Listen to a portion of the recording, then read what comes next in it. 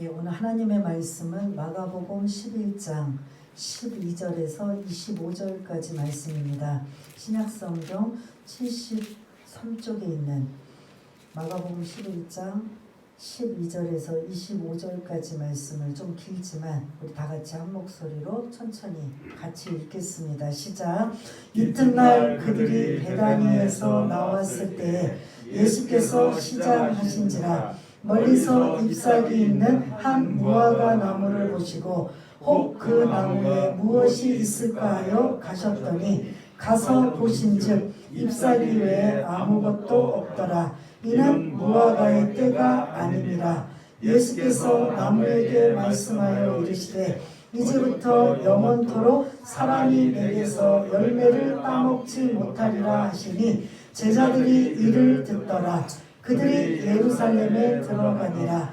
예수께서 성전에 들어가사 성전 안에서 매매하는 자들을 내쫓으시며 돈 바꾸는 자들의 상과 비둘기 파는 자들의 의자를 둘러 엎으시며 아무나 물건을 가지고 성전 안으로 지나다님을 허락하지 아니하시고 이에 가르쳐 이르시되 기록된 바 내 집은 만민이 기도하는 집이라 칭함을 받으리라고는 하지 아니하였느냐. 너희는 강도의 소굴을 만들었도다 하시매 대제사장들과 서기관들이 듣고 예수를 어떻게 죽일까 하고 꾀하니 이는 무리가 다 그의 교훈을 놀랍게 여김으로 그를 두려워함이로라. 그리고 날이 저물매 그들이 성 밖으로 나가더라. 그들이 아침에 지나갈 때에 무화과 나무가 뿌리째 마른 것을 보고 생각이 나서 여짜오되 랍비여 보소서 저주하신 무화과 나무가 말랐나이다. 예수께서 그들에게 대답하여 이르시되 하나님을 믿으라. 내가 진실로 너희에게 이르노니 누구든지 이 산더러 들리어 바다에 던져지라 하면 그 말하는 것이 이루어질 줄 믿고 마음에 의심하지 아니하면 그대로 되리라. 그러므로 내가 너희에게 말하노니 무엇이든지 기도하고 구하는 것은 받은 줄로 믿으라. 그리하면 너희에게 그대로 되리라. 서서 기도할 때에 아무에게나 혐의가 있거든 용서하라. 그리하여야 하늘에 계신 너희 아버지께서도 너희 허물을 사하여 주시리라 하시니라. 아멘. 예, 오늘 본문에 있는 11장 12절에서 25절까지의 말씀은 성전 정화 사건을 성전 이야기의 말씀을 나누고자 합니다. 우리가 지난주 11장 1절에서 11절까지는 예수님이 나귀 새끼를 타시고 종료주일날 예루살렘 성으로 입성하시는 장면, 그래서 메시아가 오신 그 예수님의 모습, 그러나 백성들의 그 한호와 관심은 예수님하고는 전혀 상관없는 관심이었다고 말씀을 드렸습니다. 백성들의 관심과 예수님의 관심이 달랐다. 혹시 지난주 이제 설교를 유튜브로 들으셨을 때 기억들 나실 겁니다. 예수님의 관심은 11절에 있다고 했어요. 성전을 예루살렘에 입성하셔서 많은 관중들이 한호와 열광에 있을 때 거기에 그런 도취되지 아니하시고 예수님은 어디로 들어가셨느냐? 예루살렘 들어가셔서 어디? 성전 안에 둘러보셨다. 그리고 둘러보시고 그냥 그 예루살렘을 나오시는 이러한 장면. 백성들은 뭔가 이제 달라질 거라고 생각했던 백성들의 생각에 기대하고는 전혀 다르게 예수님은 그 예루살렘을 그날 저녁 베다니로 다시 나오시고 그 이튿날 오늘 12절 그 이튿날 다시 예루살렘 성을 향해 들어가시는 장면인 걸 볼 수가 있습니다. 지금 사순절 기간을 맞이해서 11장부터 15장까지는 예수님이 십자가 지시기 일주일간의 기록이에요. 고난주간에 딱 걸맞는 예수님이 일요일부터 그럼 금요일 십자가 지시기까지의 그 행적이 11장 1절부터 15장 마지막 절까지 언급되고 있는, 그래서 어떻게 보면 이 사순절과 지금 맞물려서 더 경건하게 주일 설교의 말씀을 여러분들이 잘 붙들고 또 이 사순절을 경건의 말씀 붙잡고 능력 있는 그런 삶을 사시기를 바라겠습니다. 그래서 오늘 12절은 월요일이에요. 종려주의를 지난주에 그 종려나무 가지 나귀 새끼를 타시고 많은 백성들이 종려나무 가지를 그 길바닥에다가 뿌리는 상황에 예수님이 예루살렘에 입성하시는 그 장면이 예수님이 부활하시기 전이니까 일요일이라고 한다면 오늘 본문은 그 다음은 이튿날이잖아요. 그 일요일 다음에 이튿날은 월요일이 되고 있습니다. 그래서 12절부터 19절까지는 월요일에 있었던 일, 그리고 이제 20절에 보면 그들이 아침에 지나갈 때 다시 또 다른 아침이 왔을 때는 그 화요일이 되고 있는. 그래서 오늘 본문에는 예수님이 일주일간의 십자가 지시기 전에 일주일의 행적 중에 월요일과 화요일의 모습이 지금 12절부터 25절까지의 기록이 되어 있는 걸 볼 수가 있습니다. 사순절이다 보니까 조금 더 이제 부연 설명을 여러분들한테 해드렸는데요. 오늘 12절부터 25절까지는 이 샌드위치 기법이라고 해서 12절부터 14절까지는 무화과 나무의 이야기가 등장하고 15절부터 19절까지는 성전 이야기가 등장합니다. 그리고 다시 20절부터 25절까지는 무화과 나무 이야기가 또 등장해요. 무화과 나무 이야기, 그 다음에 중간에 성전 이야기, 그 다음에 마무리로 무화과 나무 이야기, 이렇게 구조가 오늘 12절부터 25절까지 이루어져 있습니다. 그럼 앞뒤로는 어떤 이야기라고요? 무화과 나무 이야기예요. 그리고 가운데는 무슨 이야기? 성전 이야기. 그러면 앞뒤를 뭔가 상징으로 예수님이 말씀하시면서 진짜 중요한 건 어디에 있을 것 같아요? 가운데 15절에서 19절까지인 성전 이야기가 사실은 핵심적인 거라고 볼 수 있습니다. 그래서 12절부터 14절까지는 아침 일찍이, 다른 복음서에 보면은 이튿날 예수님께서 베다니에서 나왔을 때 12절 시장하셨다라고 했는데 새벽에 나오셨다라는 거예요. 근데 조금 이제 이걸 더 묵상하면 11절 여러분들이 성경을 보고 계시는데 백성들의 관심과 상관없이 예수님은 성전에 들어가셔서 어떻게 하셨죠? 모든 것을 둘러보셨다는 거예요. 그 둘러보시고 아무 말씀도 안 하고 12제자와 함께 베다니로 이제 예루살렘 밖을 나가신 걸 볼 수가 있는데, 그리고 그 이튿날 아침 일찍이, 다른 복음서는 새벽인데요, 그 새벽에 다시 예루살렘으로 좀 들어오시는 장면인 걸 볼 수가 있습니다. 새벽에 오셨다면 앞으로 이제 이야기가 펼쳐질 건데 아마 잠을 이루지 못하시지 않았을까. 성전 안에서 무슨 일이 일어났기에 11절에 성전에 들어가서 모든 것을 둘러보셨을 때 우리가 이제 15절부터 19절까지 이제 조금 이따가 말씀을 나눌 건데요. 그 둘러보셨을 때 예수님은 흡족하셨다, 기쁘셨다, 아니고 뭔가 불편하시고 안타까우시고 답답하시고 속상하시고 정말 견딜 수 없어서 밤에 편안하게, 보통 그런 상황이면 주무실까요? 못 주무실까요? 예? 편안하게 못 주무실 것 같아요. 그래서 아마 잠도 제대로 못 주무시고 설치셔서 새벽에 일찍이 움직여서서 지금 다시 예루살렘을 향해서 들어가고 계시는 걸 볼 수가 있습니다. 근데 마침 배가 고프셨다라고 지금 언급해요. 시장하셔서 무화과 나무를 보니까 열매가 없다는 거예요. 무화과 나무가 지금 현재 어떤 상황이에요? 잎사귀는 아주 무성해요. 엄청나게 무성한데 그 안에 뭐가 없다? 열매가 없다. 우리나라는 무화과가 좀 생소하고 지금 이제 저 밑에 지방에서 무화과를 이제 하우스나 이런 곳에서 이제 재배를 해서 우리도 이제 이전에 저 얼마 전만 해도 무화과를 구경을 못했습니다.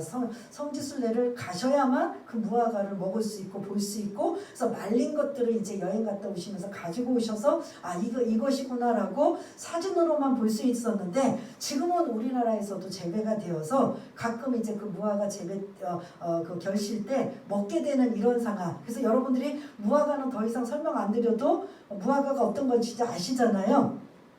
그래서 이들이 이 이스라엘은 무화과 나무가 엄청 많습니다. 그러다 보니까 이게 시장할 때 요기로 먹게 되는 이런 상황을 볼 수가 있는데, 그런 마음으로 예수님이 열매를 찾아보았는데 열매가 있었다 없었다? 없었어요. 근데 문제는 당연히 없을 때가 뭐냐면 13절 마지막 문장에 이는 무화과의 때가 아닙니다 라고 해요. 그러면 당연히 열매가 없다라는 거죠. 열매 없는 잎사귀만 무성한 무화과 나무를 예수님께서 보시고 14절에 저주를 하시는 거예요. 예수님도 저주하시나?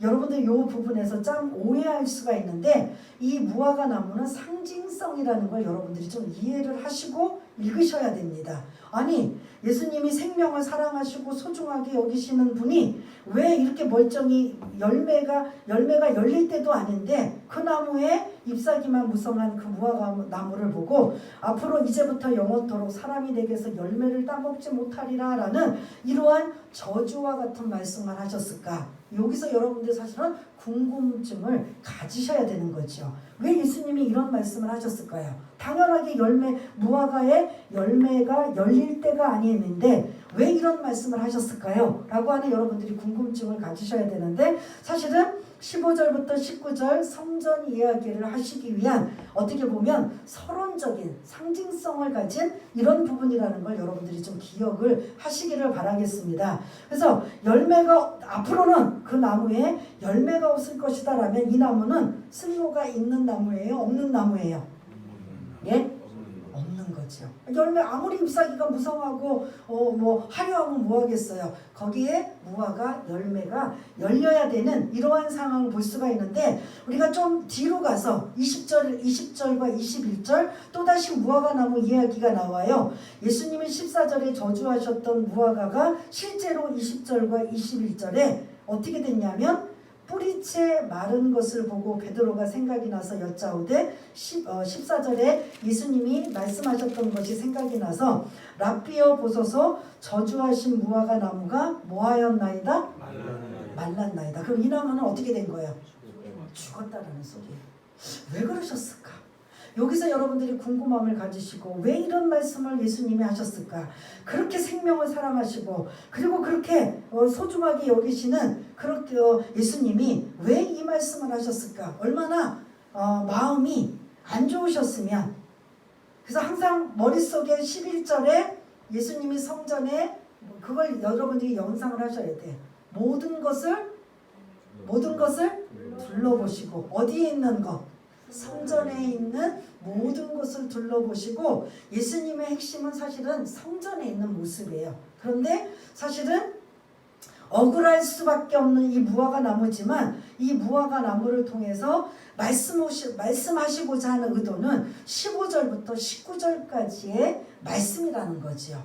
그 성전 안에서 어떤 일이 이루어지고 있는가, 이제 그 15절부터 19절을 좀 살펴보려고 합니다. 우리 한번 15절, 16절을 한번 두 절을 읽어보았지만 같이 한번 어떤 일이 이루어졌는가. 시작. 그들이 예루살렘에 들어가니라. 예수께서 성전에 들어가사 성전 안에서 매매하는 자들을 내쫓으시며 돈 바꾸는 자들의 상과 비둘기 파는 자들의 의자를 둘러 엎으시며 아무나 물건을 가지고 성전 안으로 지나다님을 허락하지 아니하시고. 아멘. 예수님께서 지금 마음 상태가 어떤 거예요?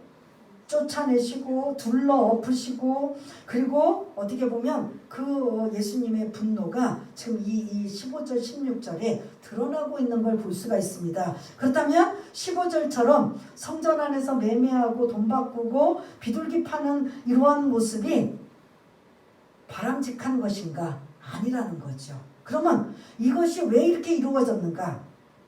사실 신명기 14장에 보면 하나님께서 저 갈릴리나 저 예루살렘에서 멀리 떨어진 곳에 있는 유대인들이 예루살렘 성전을 가기 위해서는 반드시 그냥 가지 않고 뭘 가지고 가야 돼요? 형편에 맞게 뭘 가져야 돼요? 재물을 가지고 가야 돼요. 그럼 막 예를 들어서 서울에 예를 들어 성전이 있는데 저기 부산 어디나 저 강원도 어디 산골에서 재물을 가지고 서울까지 온다고 하면 그 재물이 건강한 상태로 도착할까요? 안 할까요? 지금처럼 뭐 차가 있어서 뭐 안전하게 하는 게 아니라 그때는 다 끌고 와야 되는 상황이다 보니까 건강한 그 재물이 건강할까요? 안 건강할까요? 건강하지도 않을 뿐더러 오다가 뭐 다리가 부러질 수도 있고 탈진해가지고 뭐 다 죽어갈 수도 있고 그런 상황에 그 건강하지 못한 상태의 재물을 집에서 데리고 나올 때는 최상의 재물이었는데 오는 도중에 너무 멀다 보니까 뭐 일주일을 오는 사이가 되고 3, 4일이 오다 보면 그 재물들이 탈진하거나 상처를 입거나 부러지거나 하는 이런 상황에 있는 재물을 성전 하나님 앞에 거룩한 성전에 재물로 드려야 돼요? 안 드려야 돼요? 안 되잖아요. 그러면 안 되겠다 싶어서 하나님께서 신명기 14장에 보시면 너희들이 너무 멀리 살고 이런 경우가 생길 수도 있으니까 그러면 너희들이 성전 근처에 뭐 너희들이 형편에 맞는 비둘기라든지 소나 양이든지 이런 것들을 구비해 놓을 테니까 와서 그것을 사가지고 돈으로 갖고 와서 사가지고 그리고 그거를 제물로 드려라 이런 편리한 방법을 해주셨단 말이에요. 근데 이 성전 근처에서 이런 제물을 팔고 그 다음에 돈 바꾸는 건 무엇이냐면 이 당시에는 로마의 압제로 살고 있기 때문에 통용되는 돈들은 사실 이 히브리 동전이 아니라 돈이 아니라 로마 뭐 이런 뭐 아람 동전 뭐 이런 것들로 사용해요. 그러다 보니까 반드시 성전에 성전세를 낼 때는 유대인 20세 이상 되면 의무적으로 누구나 가난한 사람이든 뭐 부자든 상관없이 반세길이라고 해서 성전세를 1년에 한 번씩 드려야 되는 상황이에요. 그러다 보니까 그 성전세는 그런 외국 돈으로 드리지 말고 반드시 히브리 돈 동전 반세계를 드려라. 거기는 다른 돈들은 뭐냐면 동전에 그림이 뭐가 들어있을 것 같아요? 형상화가 되어 있는 거예요. 그러니까 어떤 것도 형상이 되어 있지 않는 히브리 돈으로 성전세를 내라. 이것도 어떻게 해요? 외국에 살던 사람들이 이 명절을 지키기 위해서 성전에 올 때는 자기네들이 외국에 쓰던 돈들이 있으면 여기서 환전을 해서 바꿀 수 있을까요? 없을까요? 그러니까 이 돈 바꾸는 자들이 사실은 나쁜 게 아니에요. 그러니까 매매하고 돈 바꾸고 비둘기 파는 자들, 비둘기라고 한다는 건 머릿속에 가장 어떠한 부류 계층이 이 비둘기를 살까요? 어떤 계층? 가장 하위 가난한 사람들이 가장 싸게 하나님 앞에 드릴 수 있는 그게 비둘기란 말이에요. 그러면 그냥 매매하는 자들, 돈 바꾸는 자들, 비둘기 파는 자들은 하나님이 이미 허락하셨어요. 근데 이게 지금 어디냐면 15절에 예수님께서 예루살렘에 들어가시고 그 안에 어디에 지금 들어가 있는 거예요? 이 지금 장사꾼들이. 근데 대부분 성전 밖에서 이 일이 이루어져야 되는 거예요. 이 성전 안에는 구체적으로 어디냐면 예루살렘 성전은 처음이 어디냐면 이방인의 뜰이에요. 이방인들만 들어갈 수 있는 뜰이 있어요. 그 다음에 그 다음 단계는 여인의 뜰이에요. 그 여인들이 들어갈 수 있는 거. 그 다음에 그 다음 단계는 유대인 남자들이 들어갈 수 있는 유대인의 그런 뜰이 있고 그 다음에 제사를 드리는 지성소가 있어요. 단계가. 그럼 지금 성전에서 가장 먼저 들어가서 어디가 있는 곳이라고요? 이방인들의 뜰이라고 해서 그나마 이 유대인들은 마음에 안 들고 허용하고 싶지 않지만 그래도 이방인들이 하나님을 섬기고자 하나님 앞에 경건하게 기도하고자 하는 그런 모습을 가르칠 수 있는 곳이 이 이방인의 뜰이에요. 근데 이방인의 뜰이 지금 뭐가 되어 있는 상황이에요? 장사로 지금 들끓게 되는 거죠. 이 시기는 예수님이 구약에 있는 그런 걸 근거로 한다면 어느 절기의 시기에 맞춰서 지금 예수님이 죽으러 오신 거죠? 어떤 절기? 사순절은 예수님이 죽으셔서 사순절이고 구약의 사순절이 어디 있어요? 구약에서 어떤 절기로 출애굽기에 어떤 절기에 예수님이 어린 양으로 오셔서 그대로 지금 하신 거죠? 6월절인가. 이스라엘 백성들은 6월절은 모든 남자 성인 유대인들이라면 당연히 예루살렘으로 모여야 되는 거예요. 외국에 있던 유대인들도 믿음이 좋다 그렇다면 당연히 이 예루살렘으로 모여야 되고 저 멀리 있는 지방에 있는 사람도 다 어디에 있느냐면 예루살렘으로 모여야 돼요. 그래서 예루살렘에 모여서 유월절을 지키는데 그 많은 사람들이 그런 하루나 뭐 일주일 사이에 뭐 정결 예식이며 이런 제사를 드릴 수 있을까요? 안 돼요. 한 달 정도의 이런 모든 그 기간을 놓고 정결 예식이며 제사 지내며 이런 것들 이제 성전세를 내는 거며 이루어져요. 그 요세푸스 그 역사가의 그런 역사책을 보면은 6월절에 양만 25만 마리를 제물로 드렸대요. 그러니까 유대인 10명당 양 한 마리를 드려야 되는 거예요. 그러면 총 그것만 근거로 한다면 예루살렘의 6월절에는 예루살렘 안에는 어느 정도의 인구가 모였을까요? 그걸 계산하면 양을 25만 마리를 잡았어요. 그런데 그 양 한 마리에 10명이 드릴 수 있는 인원이에요. 그럼 25만 마리는 250만 명. 그 조그만 예루살렘 안에 250만 명이 막 그냥 막 득식을 거리고 막 모여있고 이 제물을 드리고 환전하고 이거 뭐 여러분들이 머릿속에 한번 상상을 해보세요. 막 북적북적거리고 막 요란하고 시끄럽고 이런 상황이 지금 돼요, 안 돼요?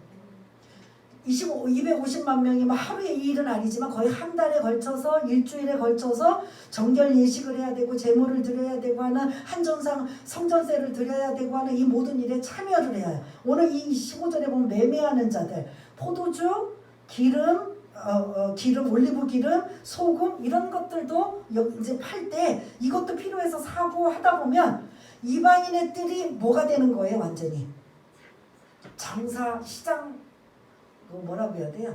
저작거리? 우리 옛날 용어로 말하면 아주 시끄럽고 요란하고 북적거리고 막 정신없는 이게 지금 어디에서 이루어지냐? 성전 바깥에서 이루어야 되는데 성전 안에 특별히 이방인의 뜰에서 이루어지고 있는 거예요. 그러면 이방인들이 경건하게 하나님 앞에 제물을 드리고 경건하게 기도 좀 하고 이런 모습으로 드릴 수 있는 상황이 돼요, 안 돼요?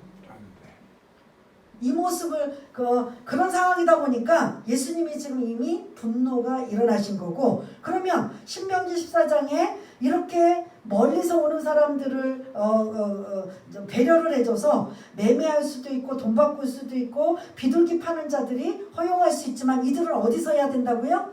성전 바깥에서 장사할 수 있도록. 근데 문제는 여기 뭐냐면 이것도 이 당시에 대제사장의 허락하에 이들이 지정해준 사람만 물건을 이 일들이 이루어지고 있는 거예요.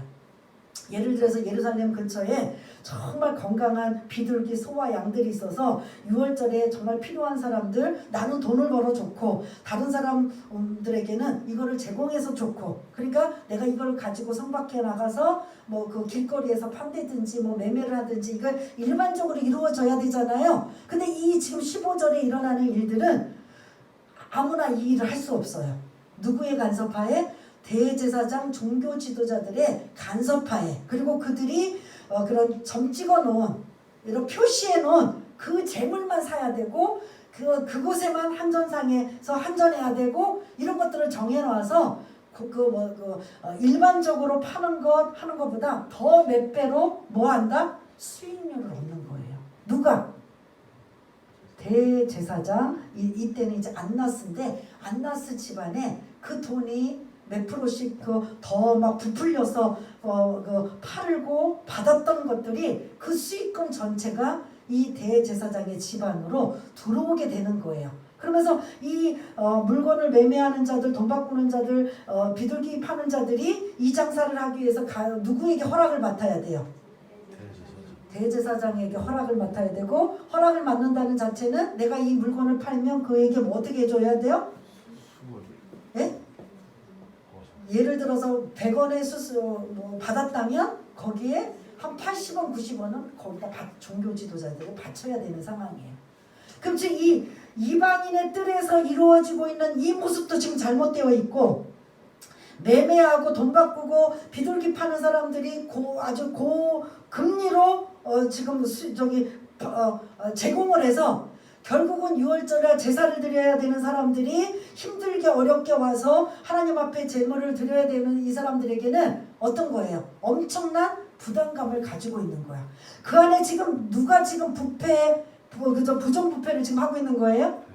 종교 지도자들, 기득권자들이 지금 이러한 일들을 하고 있는 이 모습을 보고 예수님이 어땠을 것 같아요? 예? 분노하신 거죠. 잠을 못 주무시는 거죠.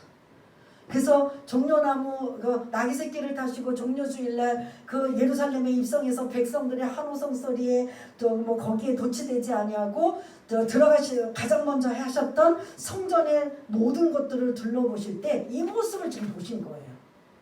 그 예수님의 마음이 답답하시고 속상하시고 안타까우시고, 그것도 일반 믿음 없는 자들, 일반 사람이 아니라 누가 주동하에 거기에 최고의 권력을 가진 대제사장이 다 장악하고 이들 자기네들이 그 영역권을 만들어서 여기서 사지 않으면 제물을 안 받아주는 거예요. 제사를 못 드리는 거예요.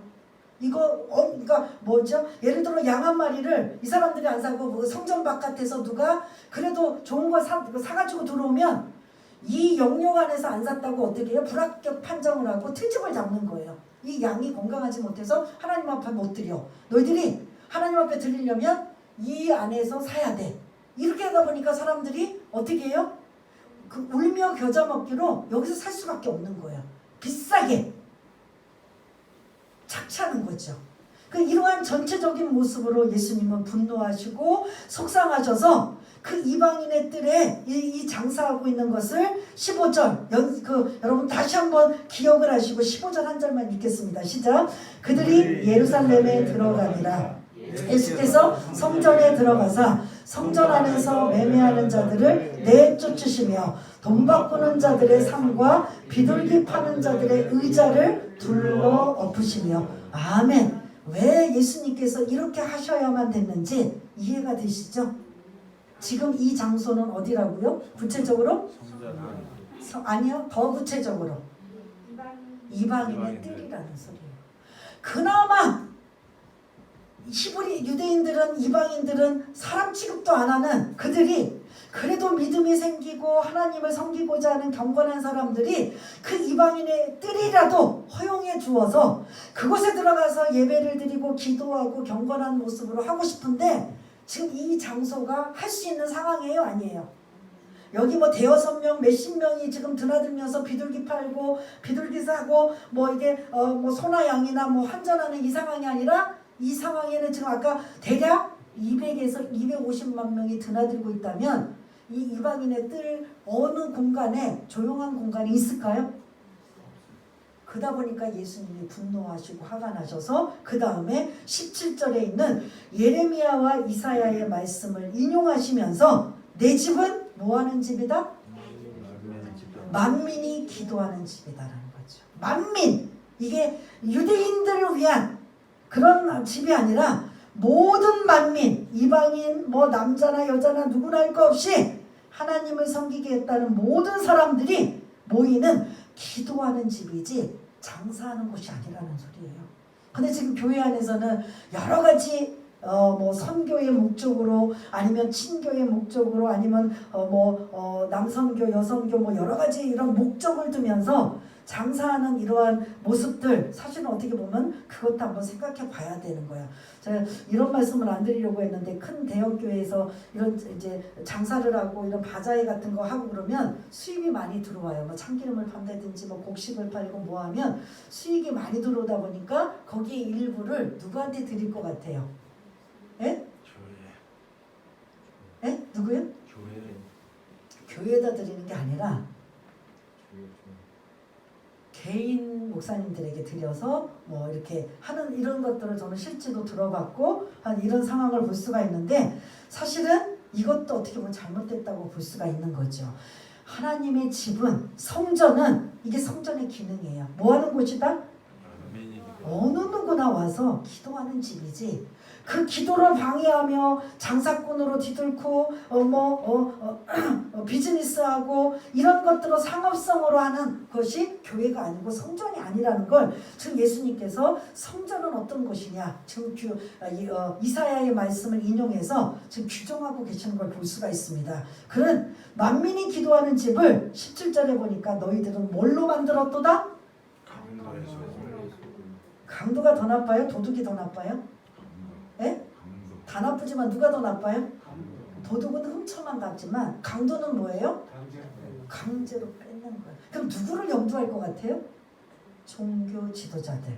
더 나가서 대제사장들. 더 나가서는 그 당시에 그 종교 지도자 사내들인 공회원이라고 해서 70명의 종교 지도자들이 있어요. 대제사장이 압도적으로 그 부정한 것들을 착취하겠지만 나머지 그 70명의 사내들인 공회원에선 가만히 있을까요? 뭐라도 있었을 겁니다. 그러니까 다 그냥 눈 감아주고 그냥 내버려두는 상황이란 말이에요. 예수님이 그들의 잘못, 부정부패, 그리고 부조리, 그리고 앞장서서 모범을 보여야 될 이들이 지금 이렇게 착취하고 억압하고 이런 잘못되어 있는 것들을 분노하시면서 15절 16절에 이루어지면서 성전 하나님의 집은 뭐하는 것이다? 만민이 기도하는 집이라는 거죠. 만민은 사실 이방인을 염두에 두고 있는 거예요. 그래서 기도하는 집, 성전, 하나님의 집은 누가 계시는 곳이에요? 하나님이 계시고 하나님이 임재하시고 하나님이 통치하시고 다스리는 그 집에 백성들이 와서 뭐예요? 기도하며 하나님 앞에 도움을 요청하고 하나님께 복을 구하고 하나님께 모든 것들을 기도하면서 아래는 이러한 것이 어디다? 하나님의 집, 성전이다. 그런데 그러한 집을 15절 16절처럼 빼앗고 착취하는 강도의 수고를 만들었도다. 예레미야 7장에 있는 말씀을 인용해서 지금 예수님이 분노하고 계시는 걸 볼 수가 있습니다. 이러면 누가 지금 막 찔림을 받아야 돼요? 예? 누가 찔림을 받아야 돼? 지금 예수님이 막 성전 안에 들어가서 어느 누구도 그 이방인들의 이렇게 엄청난 일들 지금 조금 있으면 어떤 지금 명절을 보내야 돼요. 6월절 명절이라는 이것 때문에 들뜨고 백성들은 뭐 조금 억울하지만 좀 이런 물건들을 살 때 재물을 살 때 좀 속상하기도 하지만 6월절 명절을 지키기 위해서 참고 그냥 견딘단 말이에요. 이 일이 매년마다 이루어진 거예요. 근데 예수님이 오셔서 이 일들을 지금 잘못한 것들을 과감하게 지금 분노하고 계시는 걸 볼 수가 있습니다. 이러면 대부분의 사람들이 이 상황에 이렇게 해요? 못해요? 잘못을 보고 잘못했다고 말할 수 있겠어요? 없겠어요? 그것도 가장 힘 권력을 가지고 있는 대제사장과 종교 지도자들 앞에서 어느 누구도 할 수 없고 뒤로 욕을 하고 흉을 볼지언정 이렇게 앞에서 하실 분은 아무도 없는 거예요. 근데 누가 하셨다? 그럼 예수님은 뭐 하시기 위해서 작정하신 거예요? 예? 죽으시기 위해서 작정을 하신 거죠. 올바로 잡을 목적도 있지만 이 일은 목숨을 내놓지 않으면 할 수가 없는 일이에요. 그래서 이 가장 찔림을 받는 자들이 누구예요? 오늘 본문 속에서는 대제사장들과 종교 지도자들. 그래서 18절 우리 한번 읽어보겠습니다. 시작.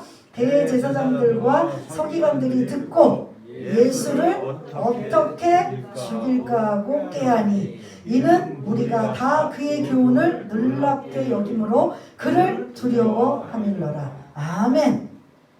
예수님이 하는 이 모든 행동을 보고 들은 대제사장과 서기관들이 회개하고 용서를 구하고 지금까지는 우리가 이렇게 살았지만 잘못했습니다 하고 우리가 기다리던 메시아가 오셨는데 이제부터라도 용서해달라는 것은 둘째치고 그들은 지금 예수를 어떻게 해요?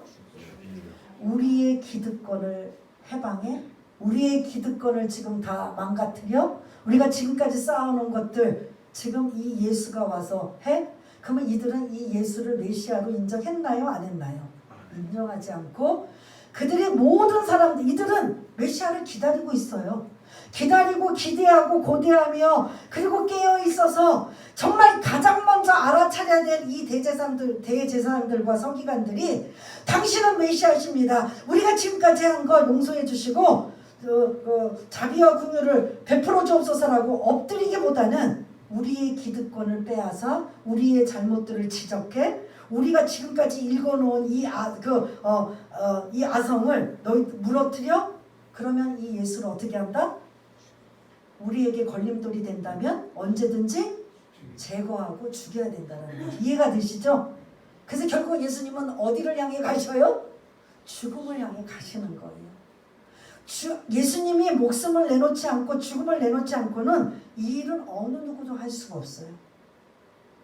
방송이라 참 이게 유튜브만 아니면 조금 이 코로나로 인한 이야기들을 좀 나누고 싶은데 어떻게 또 어떤 식으로 이루어질지 모르기 때문에 참 절제는 하겠습니다만 지금 우리 코로나19 바이러스로 인하여 또 백신으로 인하여 여러 가지 바램 우리 일반적인 서민들은 빨리 그런 코로나가 바이러스가 좀 빨리 사라지고 빨리들 백신들을 맞아서 이제 모두가 좋은 세상을 만나기를 바라는 이러한 상황이 우리는 순수한 마음이잖아요. 그런 와중 속에서도 많은 일들, 잘못했다고 말하지 못하는 대형교회들, 정부를 위해서 쓴소리를 할 줄 아는 이런 이야기, 꼭 기도만 해야 되는가?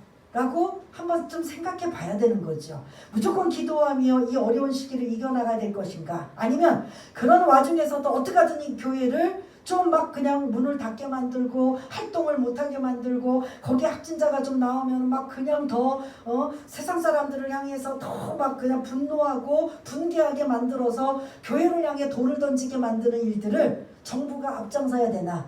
그 일들을 지켜보고 있는 대형교회들은 왜 한마디도 못하고 있는가? 그렇잖아요. 여러분들이 굳이 제가 말씀 안 드려도 지하철 타고 다니면서 확진자 걸려도 교회랑 연관이 되면 이건 교회에서 걸린 거예요. 식당에서 아니면 어떤 모임에서 걸려도 교회하고 연결되면 다 교회가 문제가 되는 거예요.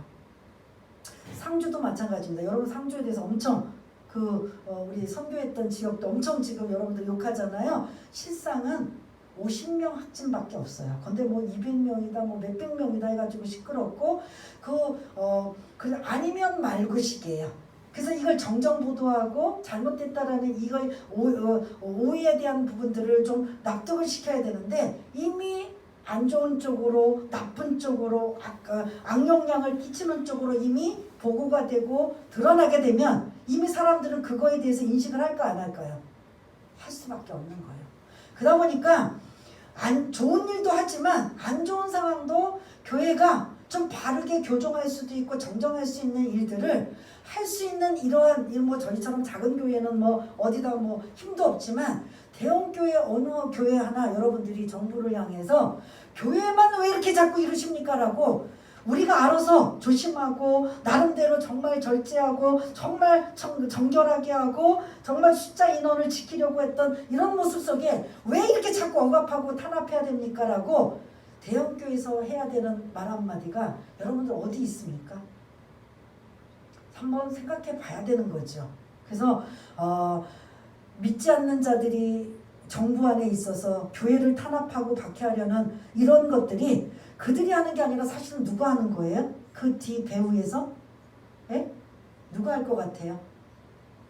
좌파들이든 정부든 아니면 교회를 핍박하고 탄압하고 어떻게라도 박해하고 안 좋은 소리를 더 많이 퍼뜨려서 하는 뒤 배후의 세력은 누굴 것 같아요?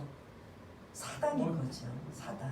악한 영의 사단들이 어떻게든 믿지 않는 자들 그리고 교회를 분노케 만들고 교회에 더 나쁜 이야기를 많이 만들어서 퍼뜨려서 이번 코로나19 바이러스로 인하여 교회는 완전히 추락했다고 볼 수 있는 상황. 이걸 누가 만들었을까요? 사실 악한 영의 세력들이 뒤에서 있다는 걸 여러분 잊지 마시길 바라겠습니다.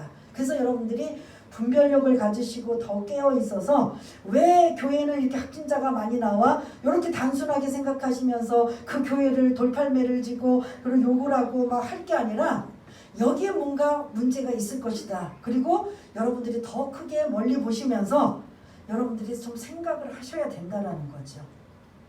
오늘 본문하고는 조금 다르지만 그런 상황이 우리는 목회자들한테는 정보가 많이 들어와요. 그래서 여러분들한테 사실 알려드리고 싶고 좀 이런 상황도 있습니다라고 좀 정확한 데이터며 이런 것들을 좀 하고 싶은데 이게 또 해야 될 상황인지 아닌지 몰라서 저는 이제 보고 있지만 저는 여러분들보다 많은 정보와 많은 것들을 목사님들을 통해서 또 교회를 통해서 들어오고 있어요. 그래서 제 상황에는 그런 정보를 많이 있어서 안타까운 걸 볼 수가 있는데 그 교회를 전체적으로 억압하고 탄압하고 완전히 추락시키고 하는 것들은 사실은 사람들이 앞장서서 흉보고 조롱하고 손가락질하지만 누가 신나고 박수치고 이 기회를 더 틈을 타서 공략하고 계략하고 있는 악한 세력이 누구예요?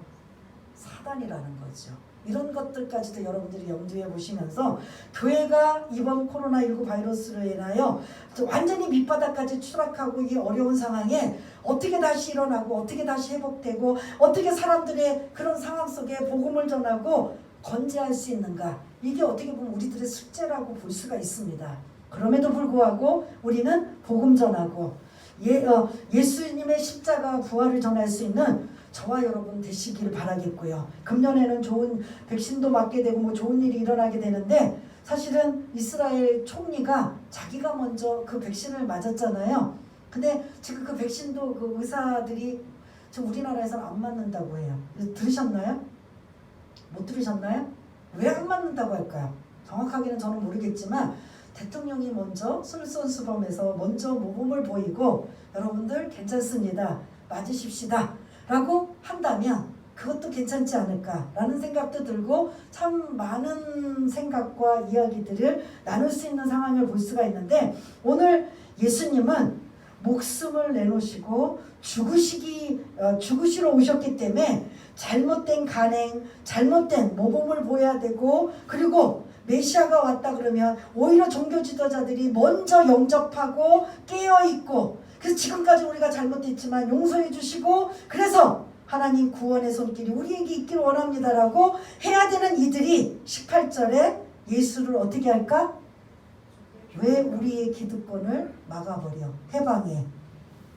걸쳐. 그 표현이 좀 그렇지만 결국은 방해하는 예수님을 죽이려고 하는 십자가에 못 박는 그 길까지 지금 계속 가고 있다는 거죠. 그래서 결국은 그런 성전 이야기가 오늘 핵심적인 말씀이고, 20절 21절에 무화과나무 저주가 조금 전에 말씀드렸고요. 22절부터 25절까지는 예수님이 이제 모든 자들에게 당부하고 계신 것, 특별히 제자들에게 당부하고 있습니다. 22절에 예수께서 그들에게 대답하여 이르시되, 제자들이죠, 하나님을 뭐하라고요? 믿으라고, 믿음을 지금 말씀하셔요. 그리고 23절에 보면 내가 진실로 너희에게 이르노니, 이 본문 여러분들이 많이 알고 계실 거예요. 누구든지 이 산더러 들리어 바다에 던져지라. 이거 많이 들어보셨죠? 기도할 때도요.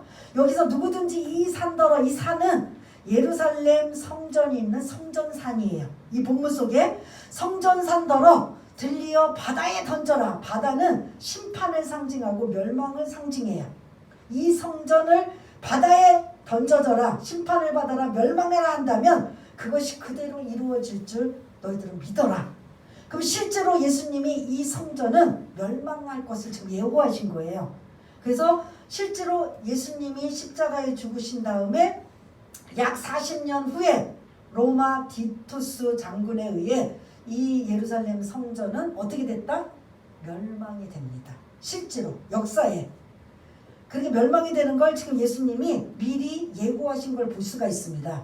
이 성전산더러 바다에 던져지라, 심판을 받아라, 멸망하라 하면 그 말하는 대로 이루어질 걸 너희들은 믿고 마음에 의심하지 않으면 그대로 되니라 라고 하면서 하나님을 믿는 믿음을 참 강조하세요. 그 다음에 24절에는 그 믿음으로 기도하면 너희들은 반드시 그대로 될 것이다 라는 거죠. 여러분, 성전이 바다에 던져진다라는 것은 다른 말로 성전이 어떻게 된다는 소리예요? 멸망되고 없어진다는 소리예요. 유대인들에게, 이스라엘 사람들에게 성전이 없어진다, 말이 안 되잖아요. 성전이 없는 상황에서 그 성전의 기능, 17절에도 하나님의 집에서는 뭐 하는 곳이에요? 기도는 어디서 할까요? 그럼 성전이 멸망되고 없어지면 다니엘은 바벨론 포로로 끌려갔어요. 그래서 하루에 몇 번씩 기도했죠? 성전 자기 예루살렘을 향하여 세 번씩 믿음으로 기도했더니 그 기도를 하나님이 들어주셨어요? 안 들어주셨어요? 그래서 총리임에도 불구하고 많은 시기와 질투받는 자들이 다른 우상을 섬기는 자들은 사자굴에 던져지게 하옵소서. 그래서 디데이를 주었는데 다니엘은 그러거나 말거나 늘 하던 대로 자기 집에 가서 예루살렘을 향하여 기도하고 있는 모습을 일부러 꼭 보여주는 것처럼 늘 하던 모습이잖아요. 다른 사람의 시기와 질투에게 딱 걸린 거잖아요. 그래서 어디 들어갔어요? 사자굴 속에 들어갔어요. 죽었어요? 하나님이 보호해 주신 걸 볼 수가 있습니다. 이 다니엘이 기도했던 장소는 하나님의 집 성전이에요? 아니에요? 성전은 없지만 믿음으로 기도하면 너희들이 그 기도를 그대로 응답받을 수 있다라는 앞으로 이루어지를 지금 말씀하고 있고요. 두 번째, 성전의 기능은 뭐냐면 백성들이 와서 하나님 앞에 재물을 가지고 온 건 뭐 구체적으로 어떤 것 때문에 재물을 가지고 오는 거예요? 소를 가지고 오나 양을 가지고 오나 뭐요? 제사함인 거예요. 하나님 우리의 죄를 용서해 주세요.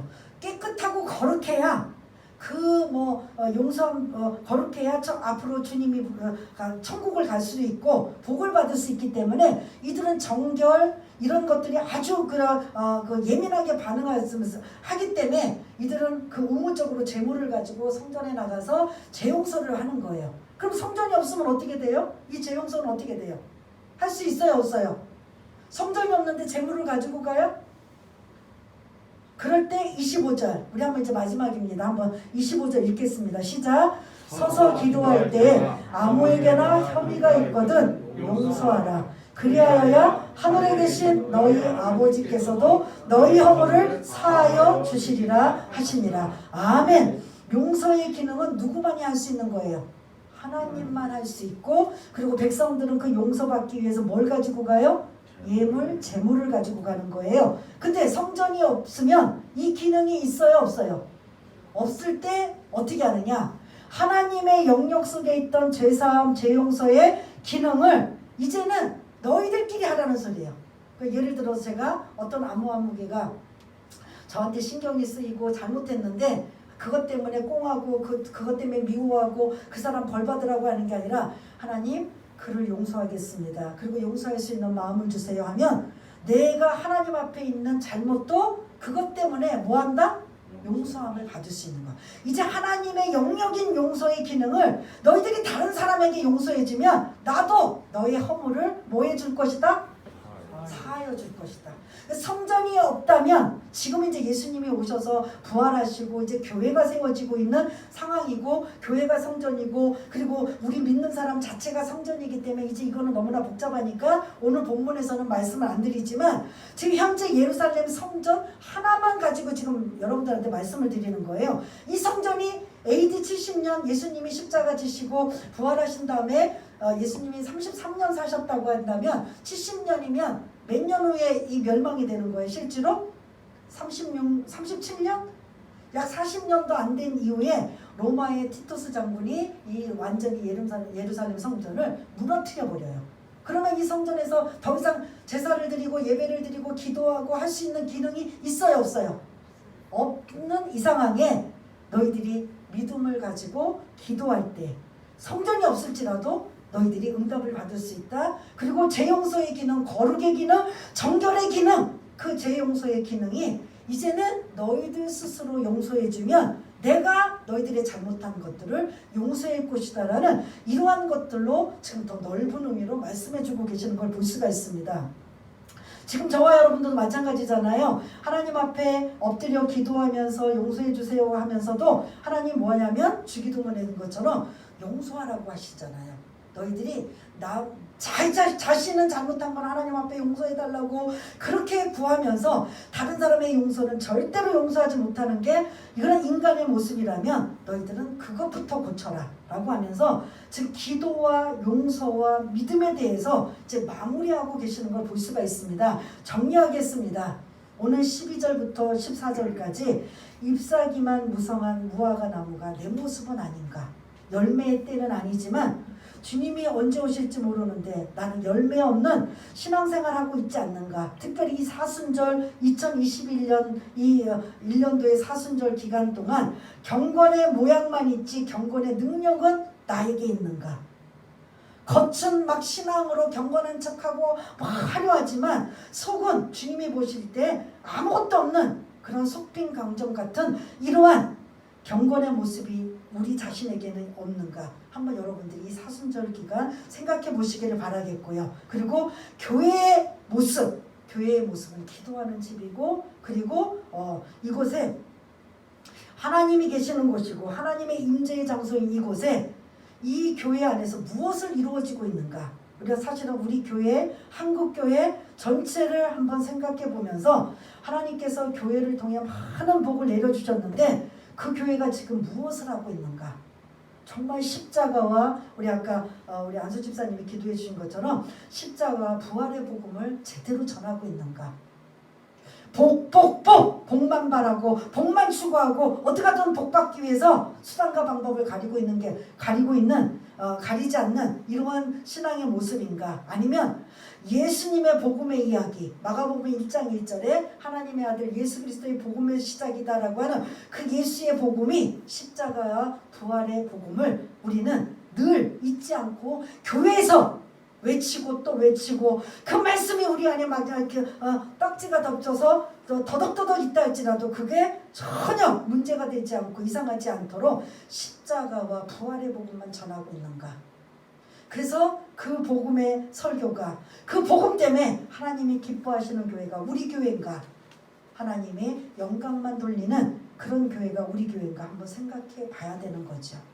그래서 정리하겠습니다. 첫 번째, 나는 이 사순절 기간 동안 여러분들의 신앙을 정리하면서 열매 없는 잎사귀만 무성한 그런 신앙을 가지고 있는, 경건의 능력 없이 경건의 모양만 가지고 있는 자는 아닌가. 두 번째는 교회의 기능이 제대로 이루어지고 있는가.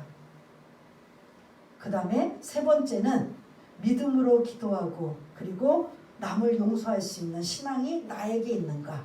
이번 사순절 기간을 여러분들이 오늘 기도를 너무나 잘해 주셨는데 더 경건하고 말씀을 묵상하시면서 부활의 아침에 그 사순절 기간 동안 경건의 능력을 가지고 말씀 붙잡고 묵상하시고 자신들을 돌아보아서 부활의 아침에 부활의 능력으로 승리할 수 있는 저와 여러분 모두가 다 되시길 바라겠습니다. 우리 한번 잠시 한번 기도하겠습니다.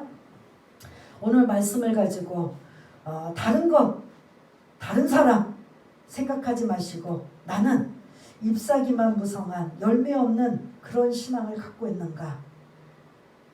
그래서 그러한 자들은 결국은 열매 없는 모습, 주님 앞에 섰을 때 우리를 지금까지 인생을 하나님께서 주신 인생을 돌아보았을 때 나는 하나도 주님 앞에 열매를 드릴 게 없다면 그거보다 더 부끄러운 일이 어디 있겠습니까? 그래서 한번 우리 자신을 점검해보고 교회가 교회다운 교회의 모습이 되게 하고, 그리고 믿음으로 기도하고 용서할 수 있는 믿음을 가진다면 하나님이 기뻐하시는 우리 한 사람 한 사람 교회가 되지 않을까. 우리 한번 반주에 맞춰서 기도하겠습니다. 다 같이 기도하겠습니다. 하나님 아버지 은혜를 감사합니다. 예수님이 십자가 지시기 전에 일주일간의 행적의 모습이 오늘 월요일, 화요일 일부의 말씀을 나누었습니다. 오늘 말씀 속에 잎사귀만 무성한 무화과 나무가 혹시나 나는 아닌가 찔림을 받고 자신을 돌아볼 수 있는 우리 모두가 되게 하여 주옵소서. 마지막 때에 주님 앞에 섰을 때 우리가 결산을 반드시 합니다. 그 결산할 때 잎만 무성하고 열매가 없다면 이것보다 더 부끄러운 일이 어떻겠습니까? 그러나 천국은 갑니다. 부끄러워 안타까운 자가 아니라 주님 앞에 인정받고 칭찬받고 위로받는 우리 모두가 될 수 있도록 이 땅에서 더 예수 믿는 게 힘들고 더 신앙생활하기가 힘들어도 오직 예수, 그 예수만 붙잡고 승리하며 나갈 수 있는 우리 모두가 되게 도와주시옵소서. 하나님, 교회 모습이 교회가 교회답게 하여 주시옵소서. 기도하는 교회, 사랑을 선포하는 교회, 사랑을 드러내는 교회, 사랑을 나타내는 그런 교회가 될 수 있도록 도와주시옵소서. 장사꾼이 무성한 교회가 아니라, 비즈니스의 교회가 아니라 하나님이 기뻐하시는, 하나님의 영광을 올려드리는 오직 십자가와 부활만 자랑하는 그런 교회가 될 수 있도록 도와주시옵소서. 어디서든 믿음으로 기도하고 믿음으로 하나님 앞에 나아가면 그대로 된 줄 믿으라고 말씀하셨던 그 믿음이 우리에게 있기를 원합니다. 또한 제 용서의 기능을 하나님의 영역임에도 불구하고 이제는 너희가 스스로 이웃을 사랑하고 용서해주면 나도 하늘에서 너희의 허물을 용서해줄 것이다 라고 했던 그 말씀이 우리 마음판에 새겨져서 나는 용서받고 나는 늘 하나님 앞에 은혜를 받는데 다른 사람은 절대 안 되라고 하는 이런 이기적인 신앙에서 벗어날 수 있도록 주님 도와주시옵소서.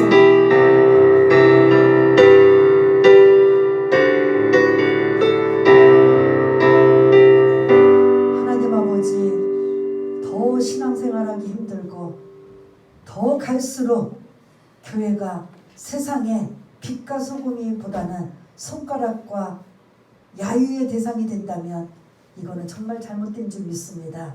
더 기도하고 깨어 근신하고 영적으로 분별하고, 그래서 어떤 상황에도 흔들리거나 요동하지 않고 그 뒤에 너무 악한 세력의 사단들이 하는 것들을 아버지 하나님 볼 수 있는 영의 눈이 띄어져서 오직 예수의 이름과 능력을 가지고 이 어려운 세상을 넉넉히 이기고 승리하며 살아갈 수 있도록 은혜를 내려 주시옵소서. 모든 것 감사드리오며 사랑이 많으신 예수님 이름으로 기도드리옵나이다. 아멘.